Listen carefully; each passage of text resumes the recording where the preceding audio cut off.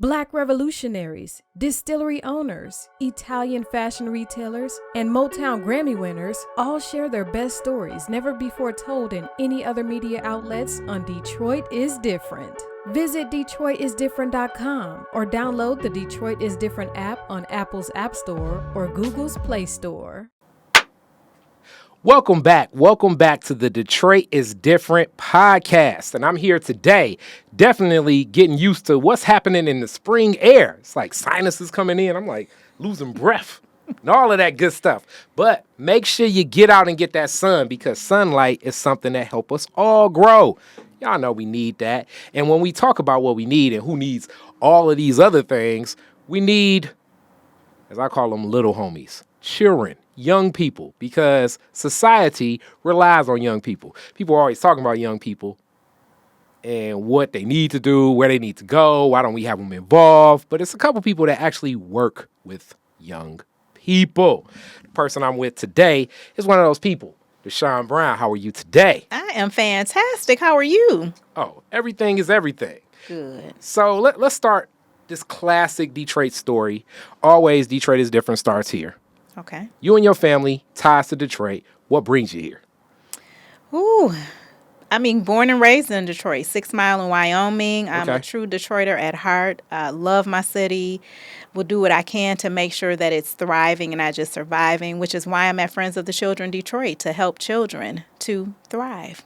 All right, so you just gave a neighborhood. We're going to find out so much more about 6 in Wyoming. Yes. As we had another guest that I was talking Bagley, and they was like, that's Fitzgerald. So Yes. shout out all the Fitzgerald people. That's right. And we gonna unpack that. But your peoples, Yes.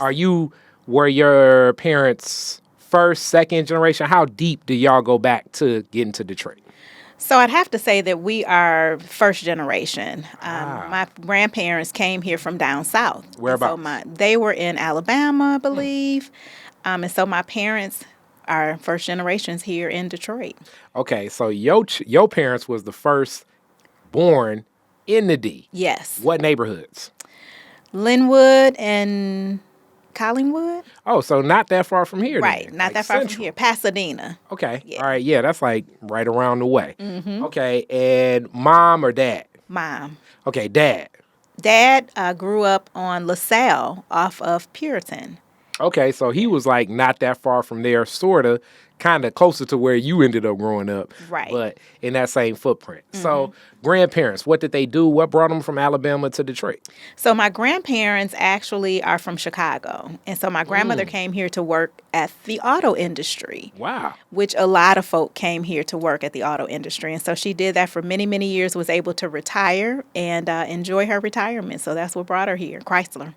All right, so we hear about so much like right now and just acknowledging it and these stories, because I'm hearing more stories. Mm-hmm. Not too long ago, I just heard another story about a woman working in the plants in the automotive industry. Mm-hmm. Nowadays, sometimes when we look at what the past and what history was, we definitely know equality even today. You know, opportunities for women is sadly not a level playing field. Exactly. But definitely back then. And sometimes I think that women of that era approached it differently. Mm-hmm. Was she cognizant of like what was her approach being in such like a male dominated space in that era where it was definitely the men of that day?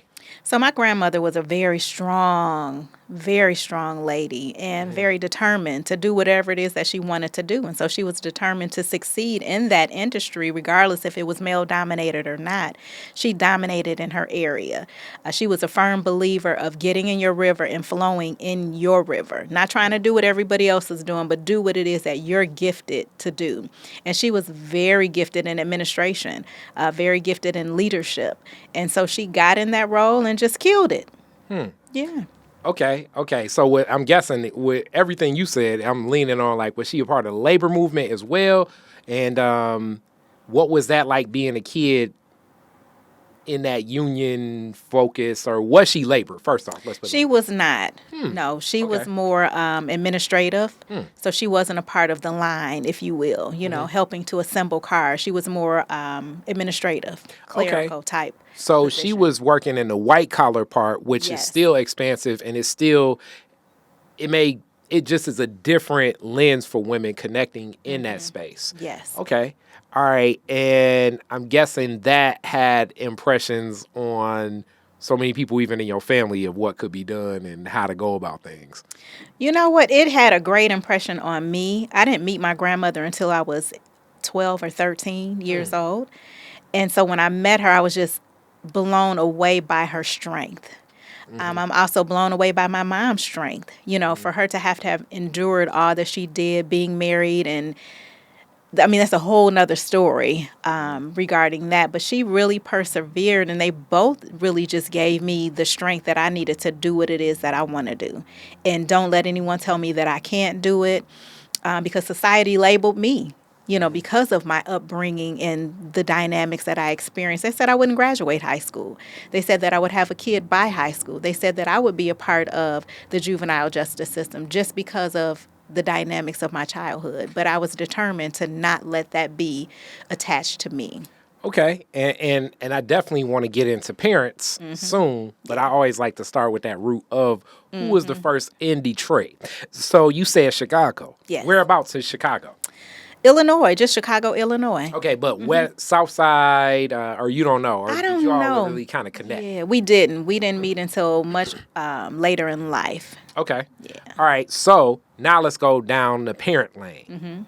Mom, dad, their connection, were they, you already said West Siders. Yes. So did they meet like from high school through friends, or what do you know? Yeah, they did. They both attended Cooley High School. They met and just fell in love. They both had a love for skating, and that was their outlet. Okay. Weekly, if they could do more than once a week, they were on that skating rink floor, enjoying and growing and loving until things shifted. Okay. You know? Cooley Cardinals as well. Yeah. Okay, that's one of those schools that no longer, but so many people through Cooley. Yes. Cooley's one of those classes that they know. Like, you know, a lot of the schools, high schools especially, that are no longer still have strong alumni chapters. Cooley's one with a strong alumni Yes, chapter. they are. So, you know, so people that connect, you know, and then they sing that COOLEY. They sing that song every time they go out, you know what I'm saying? Right. So if you know Cooley Cardinals, you'll know that. Shout out Regina and Campbell, and definitely Ambra, Teen Hype. Like those are two Yes. Cooley Cardinals that I think of. Love like, big Amber. time. Yeah. So this is their journey. Where's your mom after high school and dad? So my mom, after high school, she worked for a telephone company. Okay, it Michigan Bell, I'm guessing. It was called something else. Oh, It was okay. Before Michigan Bell. Before Michigan Bell? Yeah, so she Okay. started there. Then she did some more administrative type, jobs for other organizations. And then she became an entrepreneur where she braided hair. Okay. All right. Now we getting into something. I love, we love Black culture and especially stuff like that. And that's really, for people that are in business, when you're transactional person-to-person business, especially when you're dealing with who that person is, that's some of the toughest business ever, because every person is looking probably to like work out a deal or work some things out. And also, when you're in the house, I'm guessing, did you end up doing a couple heads here or there or prepping No, anything? you know what? I got introduced to manicuring. Okay. And so I went to manicuring school and got my license, and then I started doing nails, and my mother did hair. My father had a barber shop, and my brother had an auto mechanic shop. So all these entrepreneurs in one home. Yeah. Wow. Wow.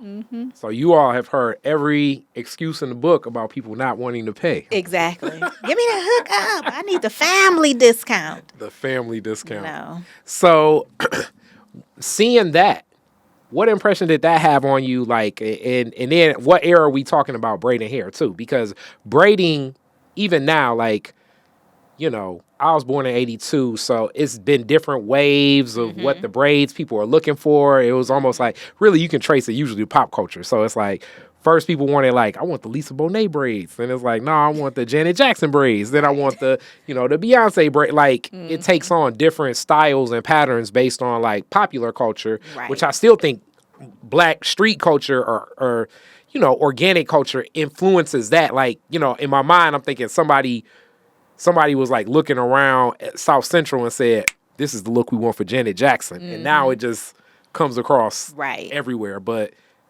how did she learn? What was the style she was doing? What era? You know, she started doing regular hair, and then she said, you know what, I want to pick up this braiding because it was new to Detroit way back then, like the 90s. Okay. And so she picked it up. She started working for Babes and Braids, and then it just expanded from there, and they closed. And she said, I still love braiding hair, so maybe I'll just do it at home.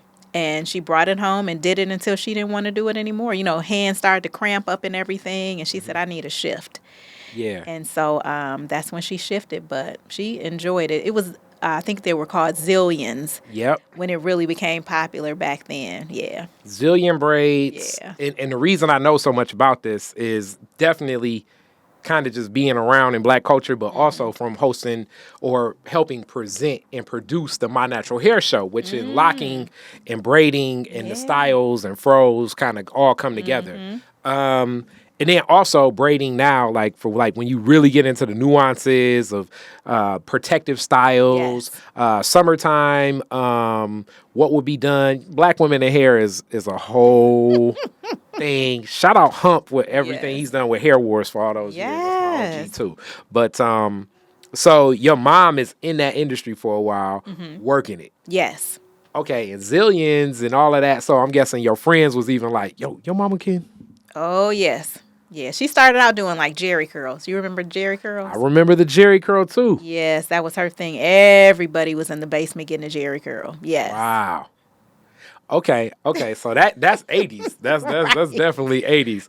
Right. But, so it was some people holding on to the Jerry curl in the 90s. Still holding on to them right now. Yes.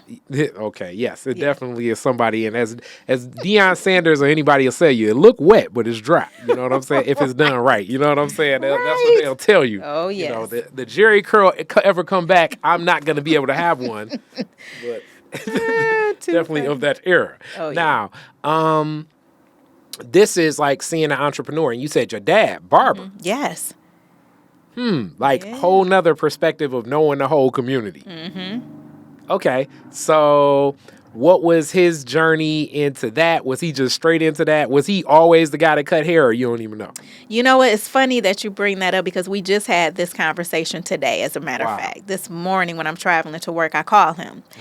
And so he got on this kick about him growing up and, you know, how challenging it was and his mom going back and forth to Chicago. And he said that his life changed when he got a D on one of his grades. And his mom said, you know what? This was in high school. He was a junior. And his mom said, you're just not picking this up. You know, maybe we need to look at something else. And she introduced him to a neighborhood barber. And he said he was so fascinated by him that he said, you know what? I think I want to be a barber. And that was at 17. My grandmother sent him to barber school. And he was a barber until COVID hit in 2020. Wow. Yes. He had a barbershop right here on Finkel and Livernois. His was on Finkel before it burned down. And then he moved to Finkel and Livernois to partner with one of his really good friends there. But he was a barber until 2020. Okay. All right. So he was the old school guy that owned the shop. Yes. So like that means like the older dudes, like they, you know what I'm saying? They had the little case with with the lighting and the blue lighting that lit up and all that stuff. You know, you go in the shop and then people be like, "Oh, old school gonna cut your hair" and all of that. Oh yeah. Okay. So and then also like so much culture in a barber shop. My goodness. Also in a beauty salon, but in connecting with that, you know, the flow of things, connecting, because the number one thing, like I always tell people, it's like, boy, the commitment to a man and his barber is like, it's tough. Yes. It's a tough commitment. Oh, yes. Like they're like line step. Yes. You know, it's like people move far away and they be like, hey, can you get me? Yes. Drive 30 miles in. Exactly. To get to their barber. That's right. Lifelong relationships. I mean, he said, I've talked to and seen so many different partners, he called them partners, that have grown. You know, he's grown with them. They've had kids, grandkids, got married, divorced, married again. He said, I've seen it all with all of my partners. I mean, you talk about 30, 40, 50 years of cutting hair. That's all he knows. Wow. Yeah. All right. So we definitely got to get to, I know he was probably not trying to get away, but now let's get into like you coming up in that. What school did you go to? Elementary, middle, high? So I went to Schultz Elementary, Bobian Middle, and Mumford High School. Okay, all in that West Side Yes. footprint. You was That's for right. show For over there. sure, yes. Okay. So Mumford Mustang. Yes. What was Mumford like when you was there? What era was it? Was it the and what was your take to it? So Mumford, I graduated in 90. Mm-hmm. And so Mumford was amazing. I mean, it was just a great school. We had great leadership, great students. We were really a family. The students were family. I still keep in touch with many of my, peers from back then. It was just like a big family, Okay. I had a half a day of school, so I wasn't in school the full day. I had VOTEC part of the day. Were you okay? Technically, okay. So for people to know this because they're not as prevalent, but Detroit had some staples in vocational schools. Yes. I went to like an offshoot of one for radio TV with 90.9, but the other ones it was Bright Hop, Randolph, Go Lightly, and these different schools would basically like if you were a VOTEC kid, like half the day you be in school for 4 hours, and then you be in VOTEC for 4 hours. Yeah. So you like have a crush on a girl in VOTEC. You like where's she at all day? Right. But you're not gonna catch up with her. But it also would be like a whole nother world because then when you go to the VOTEC from the cheese bus, the yellow bus take you over there. Now you're with all these kids from other schools. So my friends that had VOTEC had like other relations. You go to the high school party with them. They know people from everywhere. You know what I'm saying? That was a good thing about it, because it did help you to immerse yourself in other cultures from Cooley High, from Henry Ford, you had kids there. So that was the benefit for me that I was able to meet and mingle with other folk and really get a different viewpoint on Detroit because growing up on the west side, I mean, you had kids coming from the east side who were at those VOTECs. So I got to see the differences like, wow, it is different on this side than it is over there. But VOTEC was one of my saving graces. It really helped me to connect with some mentors who really helped to shape my life. And I'm grateful for it, And that's the other thing about VOTEC. So I'm not saying that a teacher inside the school doesn't have world experience, but the vocational teachers, especially depending upon the discipline, really worked in whatever that craft it was. That's what it was. So like even like I said, I had radio TV. My teacher was shout out Paul and Mike and all them dudes. But Paul, he was a radio DJ with Howard Stern when Howard Stern was a radio DJ in Detroit way back. You know what I'm saying? So he had the radio background more so, and Stephanie Davis and Cliff Russell. Like these were different than like an instructor. It's almost like apprenticeship type programs, right? More than like sit down, pull out your lesson. It was like, no, we about to do some work. Exactly, and that's what I really appreciated. My concentration was fashion merchandising, and my teacher was in it. I mean, came to school sharp from head to toe every day. I mean, just impeccably dressed and just knew her stuff. And she shared it with us so that we too could be on that level one day. She didn't cut any corners. She told us the truth about it. We went to Chicago. We went to different fashion shows. We went to different places where we could purchase clothes. I ended up being the store manager, and I helped her to pick outfits that staff actually came and purchased. We had fur coats, we had leather coats, we had beautiful stuff that, again, staff from the high schools came over to purchase. Wow. And so she really set me up, for success. All right, so we definitely got to talk which VOTEC. So I went to Randolph. Okay, you were at Randolph. All right. So with that and fashion and getting involved, what was the take? What led you to connect to fashion so much? And were you sewing? What was the signature of the time and the era? Because I can think like late 80s, early 90s. I'm thinking shoulder pads. Yes, big time. Dress suits, and that's what I'm thinking. Yes, But definitely. what was the flow? What drew me to it is actually my father. He still is a very sharp dresser, and I just admire that about anyone, who can coordinate from head to toe your full outfit, and that just struck something to me. I was like, wow, I like that. How can I do that too? And so that was the main thing that drew me there. But I mean, back then we had asymmetrical haircuts, we had lots of chains, we had rings on every finger. I mean, it was just fashion. You had the matching snakeskin belt. with your pants. Your Levi's were colored. I mean, it was just a whole era of fashion. It's like I'm And seeing so many album covers as you're just saying yes, that. It's like it went from Big Daddy Kane to Keith yes, Sweat to yes, I'll Be absolutely. Sure. Those were the days. I mean, back when good music and just good, clean fun, it was just a great time, you know? So fashion and that interest, how far do you take it? What was the play after? Like, did you see it as something like as a career, or did you just see it as like you just had an interest in it? I did. I actually started sewing, and I want to say probably 2018, I had a segment on Facebook called What's She Wearing Wednesday. And so I made an outfit every Wednesday for the entire year. 52 weeks, I had a different outfit that I showcased that I made. Okay. And so I thought that was something that I wanted to do. I started sewing back in high school. My mother's best friend gave me her old sewing machine in the case that you had to flip up and flip out. You know, it wasn't one of those tabletop ones. It was a full sewing machine. And so I practiced and really found my groove there and enjoyed it. But it was just very time consuming. And so I said, maybe this isn't for me. I wanted to do something more around leadership. And so that was the track that I then went on. Okay. All right. So from Randolph after Mumford, where are you at in life? So I went to Davenport. It was called DCB. Back at the time, it was a private college, Detroit College of Business. I studied health administration, thought I wanted to be the big cheese at a health institution like Henry Ford, DMC, and I ended up working there in HR because I did my internship, and then I stayed. And then I stayed in that industry probably about 6 years, and then kids just called me.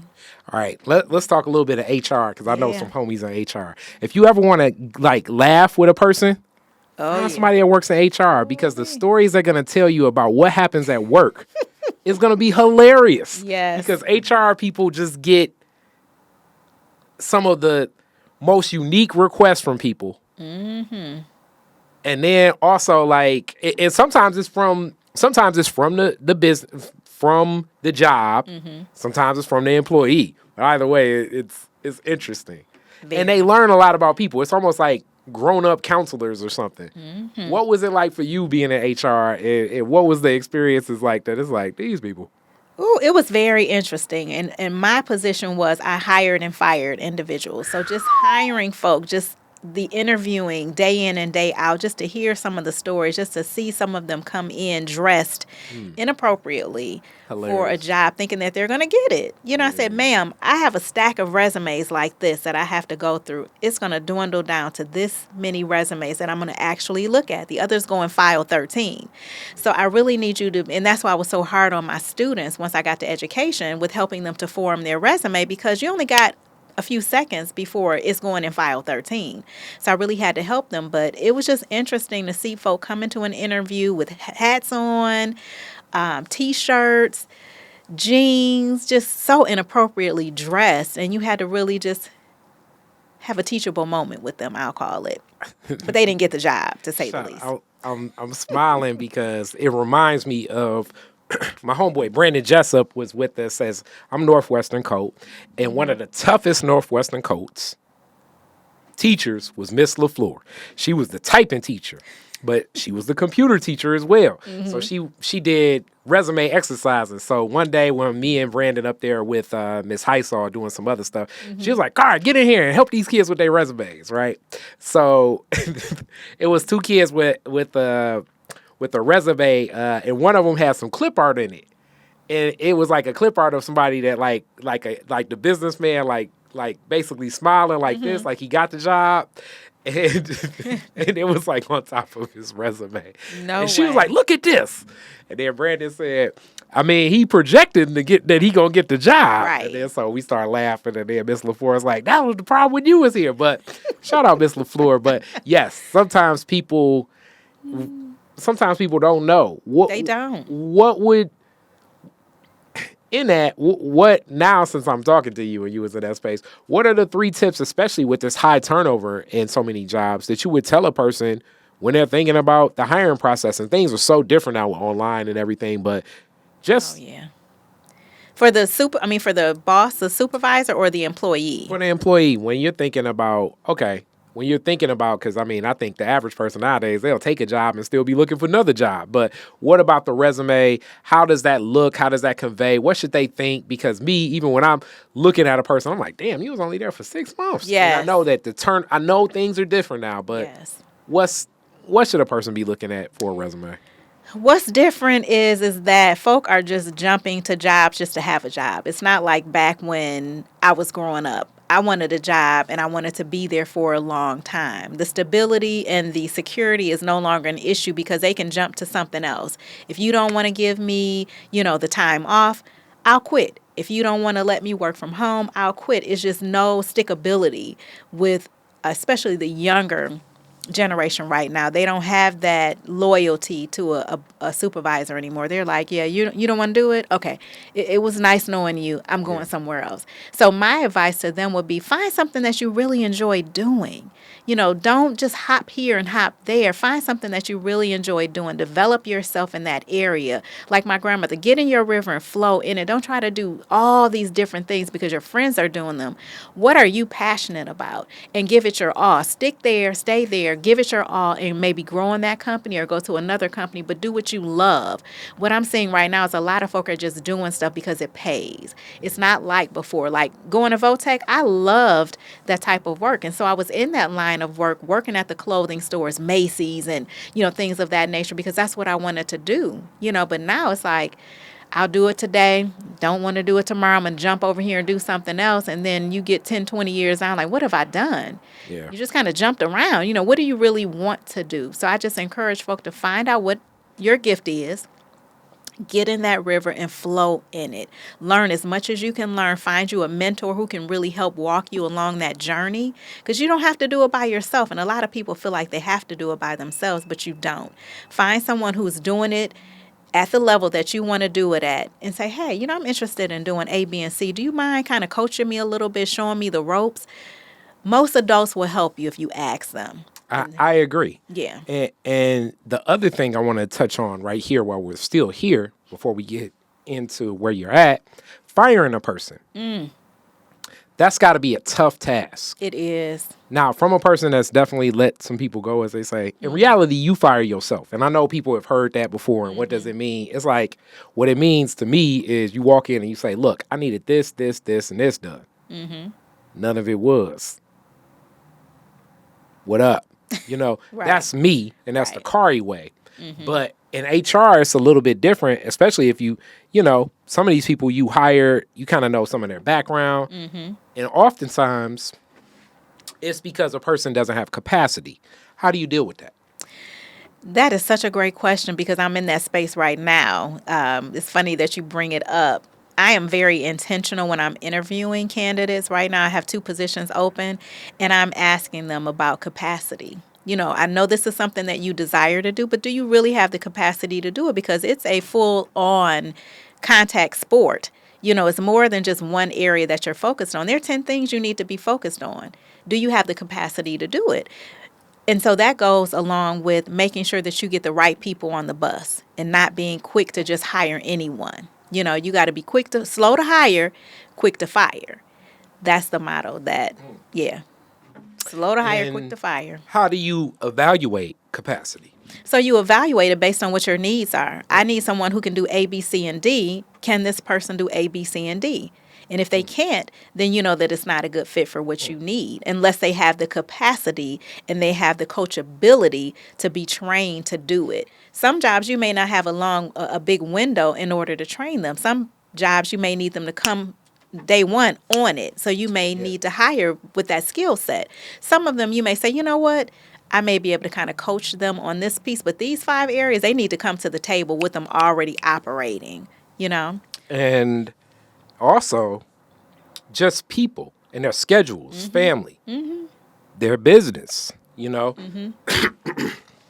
A lot of people in Detroit, me included, work and they have a lot of other projects in the air. And then the success of doing something successfully, like, man, Derschaun gave me an opportunity. People come up to me and say, man, you hit a home run. You knocked it out the park. You can probably kind of get a business doing some of this stuff. Now they're thinking, let me branch off and do this. How do you balance with that? And this is where I think it's so unique that you're in a leadership position with the HR experience, because I'm going to be honest with you. When you talk to anybody that runs an organization or a business owner, the number one thing they're going to always say is, I need the right team. Not a lot of money. They're going to always say, I want the right team. Yes. And some of the best team members, I'm going to be honest with you, especially like the Detroit is Different operation. And I just expected, and I've grown to know that, like, okay, some of the best team members, they're only going to be here for a while because I work with so many young people. So they're going to see this as a success model, and then they're going to be like, I'm ready to level up. Right. And I like that. You know, at first, it was like, man, if you'd have just went like one more year, we Right. went everywhere. But it's like, Right. now I got to be open to. You have to, and have the mindset of coaching them and training them for whatever their next is. It could Yeah. be with me or it could be with someone else, but I want to help you to get wherever your next is. And I think that's the mindset that we need to have, and not think about holding someone to us for 10, 15. Folk are not Those staying. days are Those over, days yeah. are over. Folk are not staying that long. So you get them in, you get the right person on the bus, give them the tools, time, and the training to do their job, have those conversations. Where do you see yourself in 5 years? What's next for you? How can I help you get there? And be sincere about that thing, and be okay with them leaving at some point, because it's going to happen 9 times out of 10. But it becomes so difficult, I think, because just how life is and how over capacity they are in that. Some Family, like, I'm going to just be honest with you. Like, even, you know, caregiving can step in, and that could be for a senior that they're dealing with, or a young person at home, people going back to school, you know, home renovation. I don't know. It's 90 degrees today. You know what I'm saying? Right. Like the day of the eclipse, as much as people were outside, that was a day that I'm pretty sure that, you know, a lot of people at the bank was like, let's go outside. So that means something processed a little bit slower. You know what I'm saying? Right. And then Right. somebody else is like, I need my money because this person want to get paid. You know what I'm saying? Exactly. So like, it's these things that, you know, just dealing with managing that person's commitment on the task and what the goal is at hand, it can be something. So like when you talk about capacity, like sometimes I just wonder how people are organizing their life, period. Right. As some of the most talented people I know, it's just like, you got so much on your plate. I don't know if you can succeed. How do you manage that? You know what? When I see folk that come to me that have, and I'm all for entrepreneurship. I'm an entrepreneur myself. But I think it comes to a point where you have to really be honest with yourself and really talk about your capacity. And some people, they don't know it until it crashes and burns. And I'm talking about themselves. When your body says, sit down, you're doing too much. A lot of people think that they can go, go, go. That's one of the reasons why I do not like the word grind. When you hear the word grind, what do you visualize? I visualize coffee grinding. I don't want to be like that. I want to be where I'm flowing and it's lighter, because that's heavy to me. Grinding up coffee, that's a lot. And that's how a lot of people live their lives. I got to grind. I got to grind. No, you need to sit down, figure out what it is that you really want to do and give it your all. It's okay to do a couple of things, but 2, 3, 4, and 5 things, you cannot be successful in all of them. It's just it's pulling you in too many different directions. It's like your mind is just all over the place. You got to pick one thing, get good in that thing. And it's okay to dabble here and there, but don't try to just spread yourself so thin where you can't be good at what you're doing. And I think a lot of people, they get encouraged by social media. Oh, he's doing that, I want to do that. Or she's doing that, I want to do. No, just stop. What are your strengths? What are you good at? What can you lay your stakes in right now and build on that so that you can be the best? Everybody wants to be, you know, these successful celebrities. Do you know how hard they work to get to where they are? People don't want to put in the work to be Beyonce. You know how many hours she's in the studio? Do you know what she does to get to where she is? And so people say, you know what, I'll just keep doing a little bit of that, and then I'm going to do some other stuff until that picks up. No, focus on one thing. Do what the successful people do. They focus. So when you talk about focus, Yes. children, Yes. friends of the children, that focus, you say you started keying in on young people. What led you to this passion? where did you see that fit? Why? What led me to youth is growing up in an area where a lot of folk were just lost. Just like, what should I be doing? Where should I be going? Who am I? Just those identity questions just kept popping up.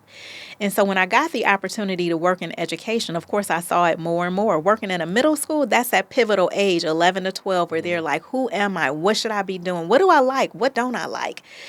Just a lot of questions came up around that age time, that time frame. And so I said, what can I really do to help them? And so that's what I started doing. I started mentoring. Never got a dime for mentoring, but I saw the output, from my input into those lives. I mean, I still have mentees right now that I see from 25 years ago that are doing amazing things because I planted seeds in their lives, right? And so that's how I got to Friends of the Children, because I'm like, wow, they actually pay their mentors to do this full time. It's not a volunteer opportunity where you pop in and pop out. These mentors or friends are with these kids for 4 hours a week. They have 8 kids for 12 plus years, no matter what. Where do they do that at? Friends of the Children.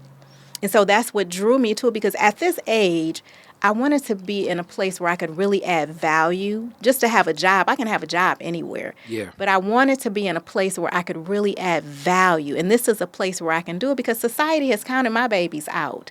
Yeah. Society has counted them out because of the zip codes that they were born in, because of the amount of ACEs, adverse childhood experiences, that they have. Society said, you're not going to make it.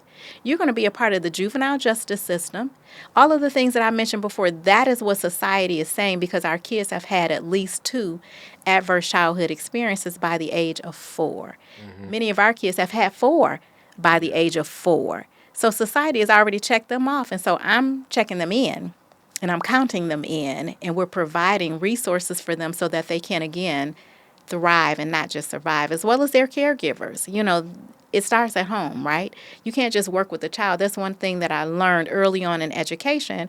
You can't just work with the child and think that they're going to go home and come back the next day and retain what it is that you share with them. You send them home, they're going back to the same home dynamics, and they come back the next day. It's like, well, didn't we just talk about this? What happened? They went to another environment. Yeah, and it's interesting on a couple levels.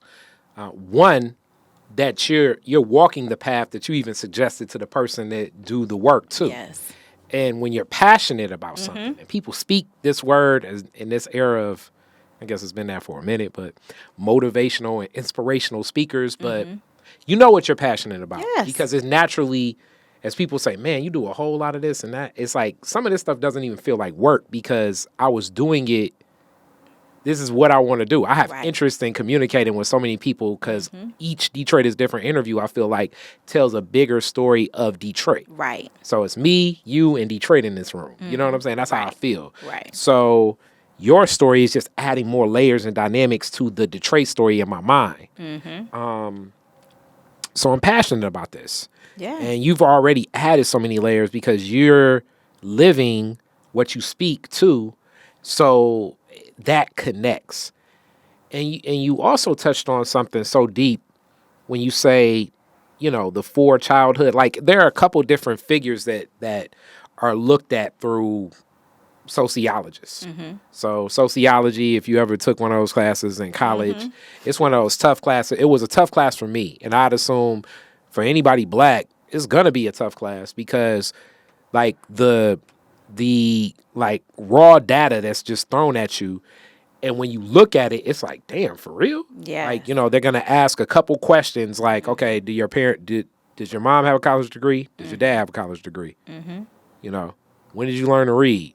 And it almost will track, through a couple questions where you will end up in life. That's right. And then, I'm like, man, that ain't so true. And then you look at the statistics and it's like, damn, some of this stuff is true. Yes. And this is also where I feel Detroit is different, plays a role because some of these breaks are culturally, I just don't think that it's understood as much.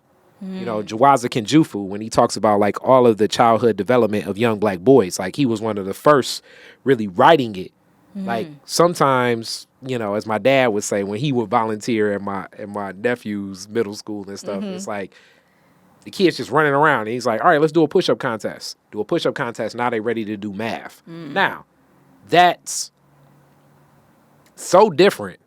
But sometimes it's just like because we're engaging differently. Right. We're learning differently. Yes. We culturally connect differently. So some of the challenges I think that exist, not just with children, but just with Black people, are like the cultural variances. So I want to have a platform of Detroit is Different to just uplift Blackness and not be agency to something. Like you're Black and a part of the Divine Nine, or you're Black and you go to this church, or you're Black, you go to this mosque, or you're Black and you hang with this street group of people, or you Black and you from this side of town. It's like, where do we just celebrate Blackness for being Blackness and where can you come and welcome? And this is conceptually, why the ideas like the collard green cook-off and my natural hair show kind of come to life. Now, I come back around to present this back to you because that long-term connection, as much as I'm giving people a taste of an experience, through mentorship, especially when you embrace a whole family, you're really starting to understand the cultural dynamics of what that household is, because each household has a cultural dynamic where you definitely want to honor what's wrong, quote unquote, to function, but even a lot of the dysfunctions have a lot of context of why. So to admonish the dysfunction itself without knowing the context as to why, you don't understand. It's like, man, your uncle has a heroin addiction. Why y'all let him come in the house and sleep on the couch? If you don't understand the context of why, and you don't understand the cultural dynamic of that family, then you just look at it like, oh, this is crazy. Let me call the cops on them. So through this work, long-term mentorship, that connection also may cause like a little dissonance between the mentor and the mentee at times. I mean, I'm thinking, how do you vet someone to connect and be a part of that person's family now? Because they're really walking with them. They're like family, and that's one of the requirements that we have, that they be passionate about young people and their families, and again, them really thriving. Our mentors really have a heart for children and will do whatever they can to make sure that they have what they need. Many of them come from education, former social workers, psychologists, teachers, and they just have that passion for kids just, again, thriving. They just got tired of the 25, 30 kids in a class. They're like, 8 is manageable. I can do 8 kids, and I can really give it my all. But 25 and 30 times 6 to 8 classes a day, that's a lot of personalities, a lot of challenges that you're dealing with as a teacher. And they said, this seems much more doable where I can really get in there. And many of them have become family to our mentees and their caregivers. They're like, well, can you go to court with me? Can you do this with me? Such and such is getting baptized. Can you attend the service with us? They are like family. And that's what we want them to be able to lean on us to support them with those wraparound services. We had a parent call the other day. My gas is getting ready to be turned off. The bill was $3,500. Those types of things. We're like family with them. And also, like I say, I'm thinking when you're that long, and I say the dissonance maybe sometimes because it's going to be some stuff you don't want to hear. In 8 years, anybody. You know what I'm saying? Like, any relationship, we're not going to get along for 8 years. You know what I'm saying? Right. You know what I'm saying? Some people don't get along for 8 minutes. You don't need a relationship with that person. But you know what I'm saying? But over that time. Right. They have that those love and that commitment. That's right. Anchors it. Exactly. And that's what they know about us, that we're committed for the long haul. 12 years is a long time to be a part of that family. And it's not always peaches and cream. Yeah. They may have those tough conversations with the caregiver, kind of helping them to guide them. Because many of them, let me say this, I am a firm believer that you can't be what you can't see. Many of our caregivers didn't see positive family dynamics growing up. And so they're just repeating what it is that they saw. But when you expose them to different things, sometimes that just shifts. Just that one thing will just shift their mindset, and they're like, oh, there's a different way to do this. yes, there is a different way to do this. So they may fight it initially because they have never, it's new to them. It's something that is unknown. They've never done it before. But once you expose them to those things, they're like, okay, this does make sense. Let me give it a try. You know? Here's a cultural story for you connecting to that. So, me and my homie Sterling are cool with like a lot of little homies. Sterling more so. He does a lot of mentorship and all of that stuff. But one time, one of our like more successful like rap friends from Chicago came to town and was like, "Hey, I want to take the kids to Pizza Popolis," right? So we went down there to Pizza Popolis, and they're like, "Ugh, what's this?" Because they've been eating hot and ready so long. Right. Their idea of what pizza is hot and ready. Now, me Yes. personally, I think I may rather have a hot and ready than Pizza Popolis too, personally. But that's me and my cultural understanding of it. Right. But still, it's like they didn't even. Because of the understanding. So sometimes, like I say, it's like the lens of showing a person the variance and the understanding of it, you don't know. You know what I'm Right. saying? And it's so many times it's like that. You know what I'm saying? That's true. You know, and in these experiences, where does the help come from? How do you recruit? What's been the work like? And I would also say, like, what are the joys for you? Oh, I mean, the total organization is a joy for me. Like I tell my staff, on Sunday night, I'm excited about getting up and coming to work on Monday morning. Yeah. And it hasn't always been like that with all organizations, but just the work, again, in this time in my life, I'm older. And so I want to add value. I want to feel great about what I'm doing. Am I touching and changing lives? I am. And that brings me joy, just to know that we're making a difference. If society has counted them out and the measures that we have put in place for these 12 years is counting them in, and at the end of the rainbow, they're graduating high school. They're not having kids in high school. They're not touching the juvenile justice system. They're going off to post-secondary education or the military or gainfully employed because they're part of this program. I'm excited about that. Because, again, data shows that if they were not a part of this program, that the total opposite would happen for them. So that gives me the greatest joy knowing that I have a hand in helping them to get to their next. That's deep. That's deep. Yeah. All right. So what do you see for the future of the org? And you're running well, first, I guess let's get there. Running the org. Yeah. What was that like? How did you take on the hat, the responsibility? Because the title definitely comes with a cool business card, but it also comes with a whole lot more responsibility. Absolutely. When I was presented with it, I thought, oh, do I really want to do this?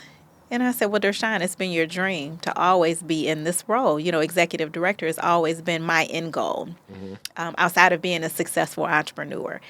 And so when the opportunity was presented to me, I said, you know what, I'm going to put my name in the hat. And it was 4 rounds of interviews, and I got the position, and I thought about it from this perspective. But once I got in it, you don't know it until you get in it, right? You hear about, oh, you've got to do this. You got to manage the budget. You got to raise $1.5 million. You got to have this, got to have that. But once you really get in that position, I saw everything, and I still love everything that I see because I still feel as though I can add value and nothing is too hard. When you're flowing in your river, I just feel as though things just open up for you. Just favor. It just happens. I'm taking that from you. Well, I'm appropriating that from where you took it from your grandma now. I like that flowing in your river. Yes, you have to. I like it. Because you get out, like I tell people, stay in your lane before you get a ticket. You know how you be bobbing and weaving in our lanes? The police will pull you over. So get in your lane and stay in your lane. Don't try to do what everybody else is doing because everybody else, that's their gifting. What's your gifting? And I feel as though this is my gifting, administration, leadership, encouraging people, helping them to get to their next, giving them what they need so that they can be successful on their job. A lot of people don't focus on that. They just focus on, I got to do this. And it's like, it's so much bigger. And the one thing that keeps me in this is that it's really about the people. So as you talk about the people, I'm big in like any decision you make, it involves all those other stakeholders, your friends, your family, your spouse, your kids, even your neighbors on your block. How have your stakeholders in your life like connected to you being in this position and this work that you're so passionate about? They have been 10 toes down. Mm. As a matter of fact, I had several of my friends there today while we were putting together the Spark Innovation STEAM Lab. Cool. They really just feel like I'm flowing in my river, that I'm doing what I was called to do, and that I am adding value to the families that we are responsible for. You know, we have 64 families, soon to have 80, that we provide wraparound services for, and they just feel like, you know what, you were made for this, you know? All right. So we've talked around everything. Mm-hmm. Now let's get the full pitch. Friends of the Children. Yes. What is it? Who connects? How do you connect? So Friends of the Children is a part of a national motto, and what we do is we pair a paid professional mentor, hence Friends of the Children. We pair them with a child beginning in kindergarten, and they walk alongside them for 12 plus years, no matter what.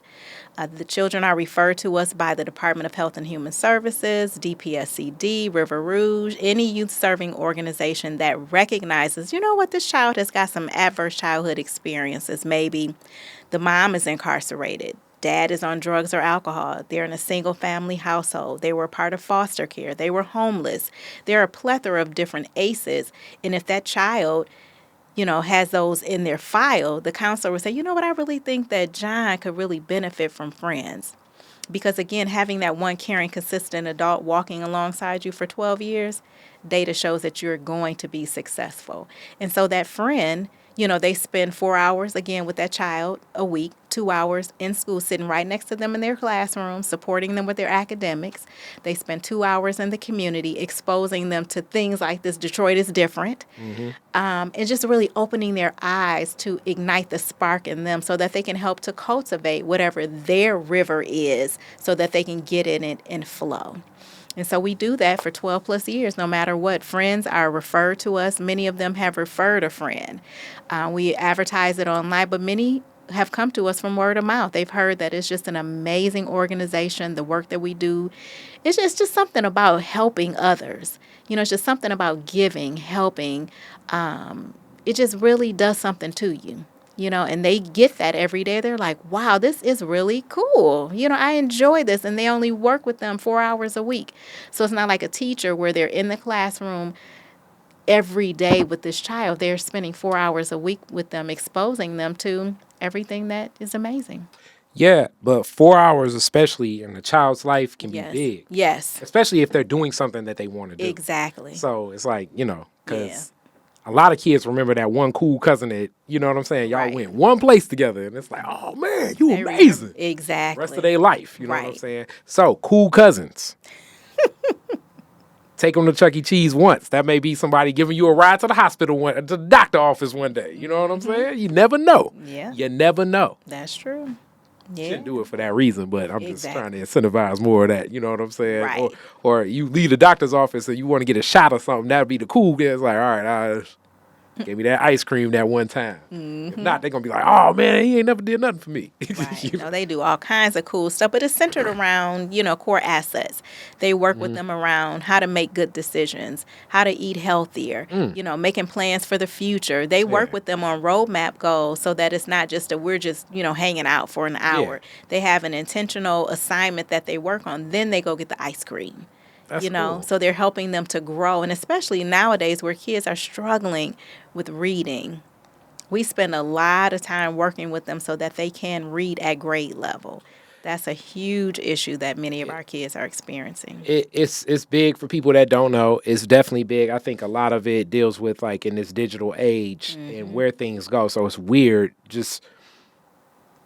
my marketing mind is the value proposition and how that's presented and what that gateway is. But so it definitely takes a person to show this, and this is why. So, and then also, let me be honest, we saying kids, people in general. Right. You know what I'm saying? You send people a 2-page letter, chances are they ain't reading it. So, I mean, we acting like kids are separate from society. Kids are society. You know what I'm saying? They not looking at nobody read. And I'm not even talking about the kids that have experienced ACEs. I'm talking about the kids that are everywhere, because society everywhere is not, you know what I'm saying? As they say, you want to hide the information, put it in a book. That's right. They're so into the scrolling. It's like, did you even read what it said? No, I'm just looking. I know. It's like you'll send somebody an email, and the first thing they do is they'll call you like, all right, so What's the particulars? And it's Right. like, man, it's in the email. there. Right. Did you read it? No. They don't even want to pump fake and act like they did. It's like, yeah, I got that. But what time? Where am I going? Right. And it's like, read it. Right. All right. So, classic Detroit is different questions now. And this has been a wonderful interview. Before we even get there, how do people connect? How do people give, connect, find out more? Where do they go? Yeah, so go to friendsdetroit.org on all social media platforms, website friendsdetroit.org. You can donate right there. We are in a season of trying to get more children in the program. It costs. Our friends are not volunteers. They're paid $52,000 to $55,000 a year to do this work every day. It's a full-time salary position.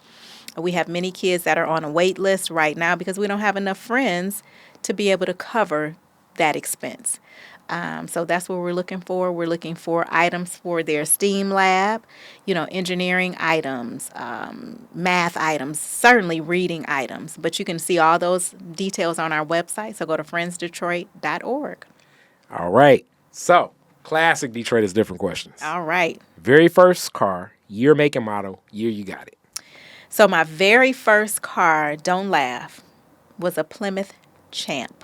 I don't even know what that is, so I See? definitely want to say, Yeah, all look right, it up. Plymouth Champ. All right. Do you remember the Gremlin? Yes. So it looked like the Gremlin, but it was Okay. the Plymouth version, 86. Very old. It was a stick shift. I learned how to drive a car with a stick shift. How many times you popped the clutch? Oh, I didn't. Whoa, okay. No, I was okay. pretty good. Yeah, I Okay, enjoyed it. okay. Yeah, I enjoyed that stick shift. That was my Okay. first car. Burgundy, and my brother tore it up. Yeah, you probably didn't know how to... Popped it. He popped that. Yeah, I was like, what happened? Like, shut! Exactly. It was gone. Yeah. All right. So where was the first place you went when you got it? To my girlfriend's house. Okay. So y'all went riding. Yes, we went riding. Had to. Okay. A cruise. I Yes. like it. You are the DJ at the end of the fireworks. Mm-hmm. Woodward and Jefferson. You get to play 3 songs. What songs you playing? Ooh. What songs am I playing? I want to play some Too Short. Okay. I think I may play Blow the Whistle. I may close it with Blow the Whistle. Okay. 2 other songs that I would play. I may play a little, oh God, the name is escaping me and I see his face. Something old school. I would do some old school songs. What's the song? I got so many going through my head. Mm-hmm. What about some, what's the song? Is it My Love? Okay. All right. So that's Soul for Real. Mm-hmm. Candy Rain. Yes. Go. Yes. With Heavy D in the video on the Yes. remix. Yes. There you go, Heavy D. Yes. Love it. I do love Heavy D. I like Big Daddy Kane. What's another old school one that I really liked? Back to Life. Okay, That's a nice one. Yeah, there Back we to go. Life. I All like right, that. you gonna have the people like they gonna go from like experiencing the essence to a little bit of party, then they turn it up. So That's the person right. that stay at the end is gonna be like, oh, Yes. Is like, it over? get the It's fireworks over? back. Right. Exactly. going back to the crib for fireworks. Exactly. All right, last question. You could rename Woodward after one Detroiter. Who would it be and why? One Detroiter. Do they have to be alive? No. I guess the Aretha is already taken. It can be Aretha. I love Aretha. I think she was just Ah. classic, just a lady. I heard that she could get down, but I think overall, I think she was really a lady. She just had class. Yeah. She was an amazing artist, and I love me some Aretha. Oh, we definitely, Yeah. we definitely with that. So in that same mix of your mix, we would add Highway of Love to the mix of that. Yes, yes. Pink Cadillac and all Yes. that good jazz. That's right. Yeah, we love the Queen of Soul here. Yes. I personally think amazing and a heck of a story. As you say, she could throw down. She is from Memphis, and now y'all finding all out about Memphis because of Glorilla and everything. Mm-hmm. The original Glorilla. Yeah, That's so, right.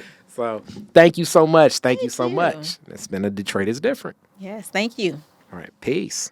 Detroit is Different is where you get information, artistry, history, music, and even comedy.